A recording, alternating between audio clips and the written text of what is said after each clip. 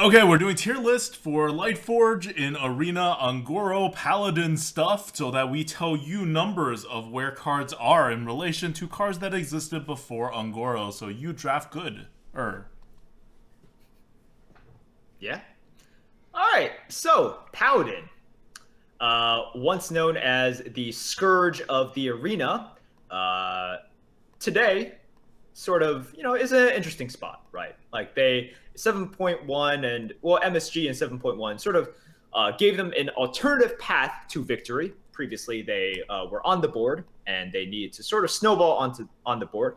But MSG gave them a completely separate way to win, which is to play solitaire, as in Smuggler's Run and Grime Street Outfitter, to buff their hand, present you with problems, and if you can't solve it, they beat you in the head.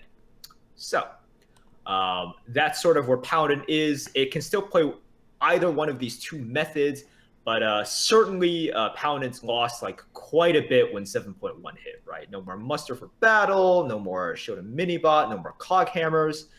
But we'll see. Like maybe Ungoro is the expansion that introduces some more OP cards for Paladin, because Paladin actually usually gets OP cards. Yeah, like it's hard to design not OP cards for Paladin.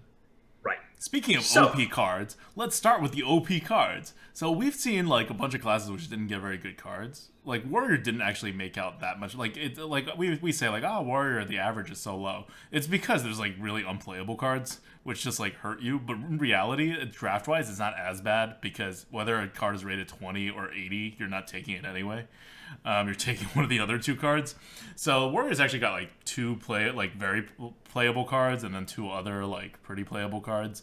Shaman got kind of screwed. Like Mage was doing okay, a lot of very playable cards, like, better than Warrior, I think. And Priest got like some weird but like still okay cards, but none of these are like super premium, right? They're not meta defining, they don't do any of this. Well, we're past that stage. We're past the stage where you get cards that we kind of like nod along. We're like, yeah, that's good, Warlock got a really good card, so that was one. But here, we're now in Paladin land. We're now in absolute OP card land, because it is a Paladin, and that's what Paladins get every expansion. Spike Ridged Steed. Take it away, Merps. Spike Ridged Steed. I remember I saw this card. I was just like, what are they doing? And I'm like, by Stegodon, do you mean 1/1? Right? Coming in at a beastly score of 173. Okay, 173. That's almost True Silver. That's better than Aldor. Right. And also, True Silver is one of those cards that has gotten better, like in meta, and now it's just a ridiculous card, right? You guys know how game-winning True Silver Champion is. Spike Ridged Steed, 6 mana. Rare spell. Give a minion +2/+6 and taunt. When it dies, summon a Stegodon. If you guys forgot, Stegodon is actually a draftable and collectible card that is a 4 mana 2/6 with taunt. So for 6 mana, you are basically getting oh my god, you're getting so many freaking stats. You get the initiative, you get taunt, and then it has a death rattle, so that when it dies, you also get an annoying taunt. I can't believe how much stats they gave this card. Like, you remember really Sludge Belcher and how that destroyed like the whole meta in like Constructed or whatever, and was like insane? They were just like, oh, let's make it 1 more mana, a little bit more situational, but like a million times better. Let's do that. That sounds like a good idea. Yeah, this is ridiculous. There's not much to say about it. Like, you have to expect this card. Going on to, like, in MSG, when you played against a Paladin, you always had to think, like, oh, man, I'm going to turn 7. I should think about Grime Street Protector, right? Mm-hmm. Going into turn 6, you have to say, if I leave up any minion, is Spike Ridged Steed going to, like, totally wreck me? And the answer is probably yes. I can't imagine, like, any scenario where Spike Ridged Steed does not... Oh, I guess if you have Sap, right? If you have Sap, you're just like, okay, fine, I'll just Sap it. Or like Polymorph, a Hex. Right. But other than that, I mean, even then, he's probably going to hit into one of your minions first. So it's not like you're getting a true 2-for-1. Nope. So this thing is just insane. But you get to live. And that's the most important thing when faced against a Spike Ridged Steed. Right. because this thing is absolutely ridiculous. Even if you just hit this on a 1/1, right? So it becomes a 3/7 with taunt, and when it dies, it summons a 2/6. Oh my god. So spoiler alert, there's not a lot of cards in this expansion that's like elite class card wise. Like, you remember when we were talking about neutrals, we're all like, oh, look how great the neutrals are compared to what existed before. Well, the neutrals still don't get to this level because they're still neutrals. But like, this level is also not touched by other class cards in Ungoro. Like, other expansions have come out with way more OP like class cards. So Ungoro is more like evening out the power difference between your neutral cards and your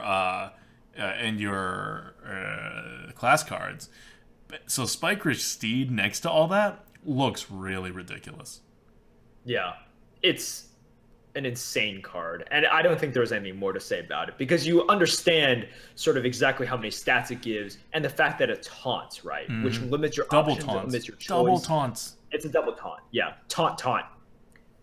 So yeah, welcome. Like, starting on turn 6, you have to consider clearing everything from the Paladin, more so than before. Like, and it's a spell, which Blizzard decided is totally cool to give way more of than other things. So here's your threat, right? Like, it's a threat and response meta. This is your threat. Yep. Most spells are responses. This one's a threat. You're going to see a lot of it, and you're not going to be able to respond to it. So, Adaptation, it's a good thing Paladin is only getting one premium card, right? Oh, yeah. The next card is like a whole 10 points lower, man. Yeah. 10 points lower. It's like not even as good as an Outdoor Peacekeeper. It's like, very true. You know, only 13 points better. No, only 8 points better than a Argent Protector. Yep. So it's only like 15 points better than a Consecration. That's all. There you go. That's all. Just 15 points. It's the difference between a Yeti and a regular like random card from the game. That's how much it's better than a Consecration. So what is this card? It's a Vine Cleaver. It's a 7 mana card. So 6 mana and 7 mana. Paladins are getting backloaded here. They're taking away Paladin's 2 mana, 3 mana stuff. They're making Paladins slower. Which is fair, because if you make them earlier, it's not like they have the curve to support it anyway anymore. Like, Paladins don't have 2-drops. They have 1 2-drop, period. Like, it's pretty sad. So Vine Cleaver is a 7 mana, 4/3 weapon. It's not that great. 4/3 for 7 mana. It's very late. You don't really, like, you have to kill things with 4 damage. It's not that great. But then, after your hero attacks, summon 2 1/1 Silver Hand Recruits. So, we're going to go back to Hunter, and we're going to look at this Hunter card that destroys worlds, which is Piranha Launcher, which is 5 mana for 2 damage, 4 charges, which is a lot worse than 4 damage. You'd pay 2 more mana for 2 more damage anytime. And the Piranha Launcher generates 1/1/1. And that's an insane card. Like, we have that rated, like, super high. People get mad at us for it until they play it and it wins them games. Yeah, Piranha Launcher is a game-winning card. Now, once again, you can't really compare between classes because Piranha Launcher, Reach, Hunter, Beast, all that stuff. But still, Vine Cleaver will get you 12 damage of Reach, which is still pretty good. You know how often you think, like, oh, please don't have a Truce over it because then I lose? Because I have, like, less than 8 health. Well, now change that to 12. On the other hand, you can taunt a lot more, right? So it's not the same exactly in terms of the meta. But you also get 2 1/1 Silver Hand Recruits, which are really, really annoying and a good amount of stats. So then you swing the next turn, and you get 2 more 1/1 Silver Hand Recruits. And then you swing again the next turn. You're basically outputting 6 tempo for 3 turns in a row for 7 mana. Right. Like, this definitely uses your health as a resource, right? But if you think about how good, like, an Argent Commander is, right? Once again, we bring up that card. For 1 less mana, you get the same amount of damage. You leave a better body out there.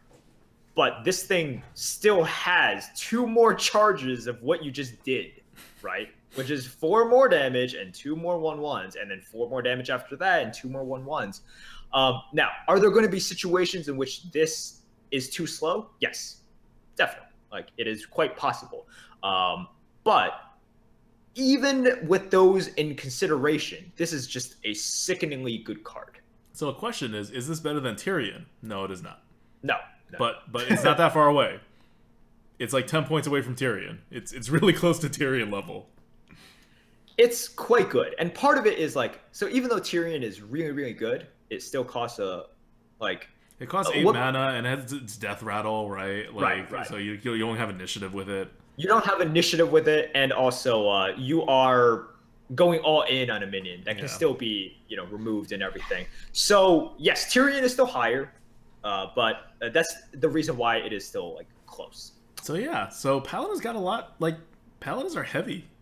They're really heavy now, which is good for balance. Like, yeah, these are kind of overpowered cards, and I don't know that Paladin needs these overpowered cards, but I will give them credit for, like, one, they're very Paladin flavorful, and two, they do come in much later, and they're not buffed by the hand buff cards. Neither of them are minions. So you now have this weird thing where if you have hand buff cards, you want one, more minions, and two, a lower curve so you can play your hand buff cards quicker, right? To recover the tempo. And then on the other hand, you have these big cards, which is really saying, oh, you got to push the game farther into the late game a bit more, and you don't get buffed by the hand buff cards.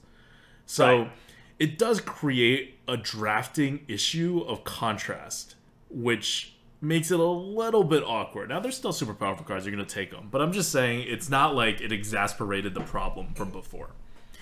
And in 7.1, let's face it, Paladins were one of the not-so-good classes. Yeah. So this is a welcomed kind of overpowering of the Paladin for a change.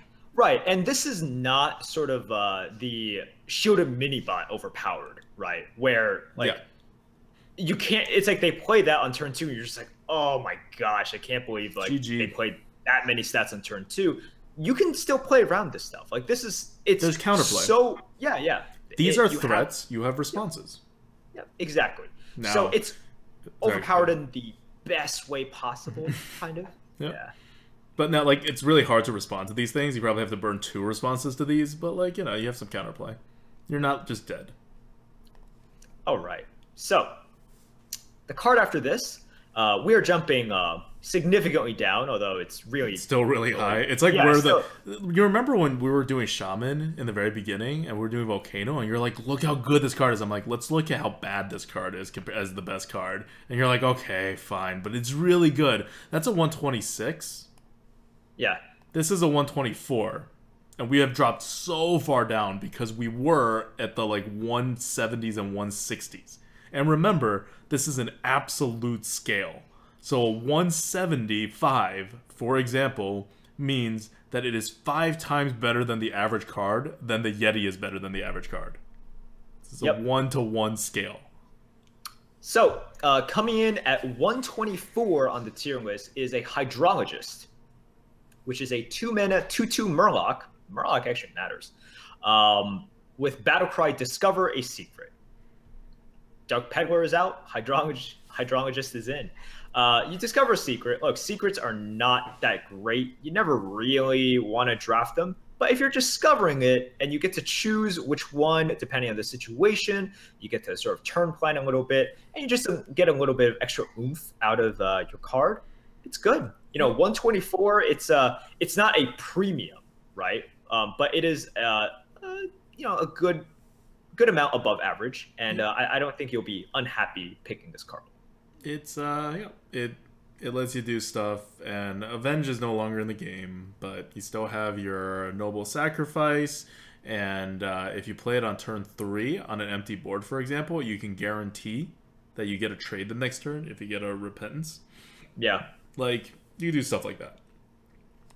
Yep. Next card is Lost in the Jungle. Lost in the Jungle, it is 1 mana, it is a spell. You will see it frickin' everywhere because it is a spell. And you get 2 1/1 Silverhand Recruits. It's an alley cat for Paladins. But unlike Hunters, Paladins do not have as much of a fetish for Silverhand Recruits as Hunters have for Beasts. And Hunters really need to get on the board to go really early, whereas Paladins, you play Lost in the Jungle, what are you doing on turn 2? You don't have 2 drops. You're probably just hero powering, so you're still just kind of keeping up here. So it doesn't have that same snowball effect. And, you know, so it's a good card. It's around Yeti level. It's one of those rare one drops where even in this very value heavy meta, you can play, even though it never gets more value later. Yep. All right. So moving on with that, we have Light Fused Stegodon. 4 mana for a 3/4 beast. Battle cry, adapt your Silver Hand recruits. And this is coming in at a score of 82, which is not good. You basically don't want to draft this. Now, you can look at this and say, well, you could get some value out of it, right? But if you have a 1/1 out there, you're basically going to recoup its value. Like, if you have a 1/1, you're kind of sort of getting the value back from the body. And even then, you're sort of unsure of exactly what it is. You're probably hoping for poisonous, right, out of the 1/1. Yeah. The main problem is just that on a 1/1 body, it's just not a very good, like, very few things adapt very well. Like, the Death Rattle's good, the Poisonous is good, it's kind of about it. Right. You'd never want the Stealth, really. You never want the Taunt. Like, the Taunt is terrible. Like, the health is pretty bad. Like, there are a few bad ones, and there are a few really good ones, too. But you still need a Silver Hand recruit. And, yeah, you know, you can have the dream lost in the jungle into, like Fused Stegodon. But probably not. Yeah. And there is something going on with the back end in this. This will go up a bit, but not enough to make it a card you want to draft. Yeah. It's a combo card, right? It's a combo card with Lost in the Jungle. It's a combo card with Vine Cleaver. You're going to get a lot of those. Yeah. All right. Finally, we got Adaptation. Adaptation. 1 mana. Adapt a friendly minion. Man. Like, I don't... What? Yeah. Because, okay, 1 mana cards are worth more than 1 mana. They're worth like 2 mana because it takes a card. Yeah. You should do significantly more with this. Yeah, Adapt Everywhere on a minion is valued at 1 mana. But they value this at 2 mana. And that's why it sucks. Right.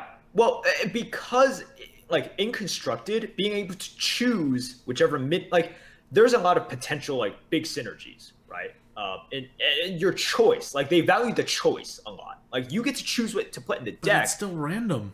No matter how much of a choice you have, it's still random. Definitely. It's still random. But you can do some, like, crazy stuff with it, right? And you can, like... the choice of you putting whatever minions you want into your deck so you can buff them is very important. So that's where the cost is going. Now, in Arena, you don't get to do that. So you lose so much with this card. Like, it's kind of unfair because most of the time you're just adapting sort of a vanilla or, you know, just a minion you would never play in Constructed. Yeah. So the cost that they have calculated in based on sort of deck construction, you don't get to utilize that in the Arena. So you end up with a significantly underpowered card. Yep. And just in case people are wondering where this is actually fitting in, it's like 15 points below Divine Strength, 20 points below like Hand of Protection, and 25 points below Blessing of Might. 30 points below Blessing of Might. Like 40 points below Humility. It's bad. Right. And part of it is just because, yes, you can get those, and yes, sometimes you can get something like, let's say you something is really big and you're saying, man, I just really need the poison, right? And in that case, it'd be better than Blessing of Might. That's great, and you could hit it, but a lot of times you won't hit it, or sometimes you get something even worse. It's just a bad card. Yep. Yeah. All right, so Paladins have some good cards and then some not so good. Remember, these are bad cards, but you can still like draft them and do something with them. They're not like warrior bad cards. Yep. All right. Next, well, let's go to epic cards. There's 2 epic cards. Yeah. All right. First epic card, Dino Size. I can't wait to see this in gold. I have a feeling this is going to be a super sick gold animation. Oh yeah, definitely. Anyways, Dino Size, 8 mana spell. Set a minion's attack and health to 10. So this is coming in at a score of 141. So really good. Better than a Kraken. better than a Kraken. At worst, it gives you a 10 mana 10/10, right? Like, absolute worst. You hero power, you play it on it, you get really sad because you just wasted this really good card and you got a 10/10. Yep. In best case scenarios, you buff a 1/1 into a 10/10 with initiative for 8 mana. That's really good. Yep. That's kind of an insane buff. Yeah. And a lot of times, look, even if you're buffing, like, for example, 3/3 or something, right? You're quite happy with buffing it. Like, it doesn't have to be a 1/1 for you to get value out of it. Mm-hmm. Like, you're happy as long as you have stuff on the board, and one of them is like small, right?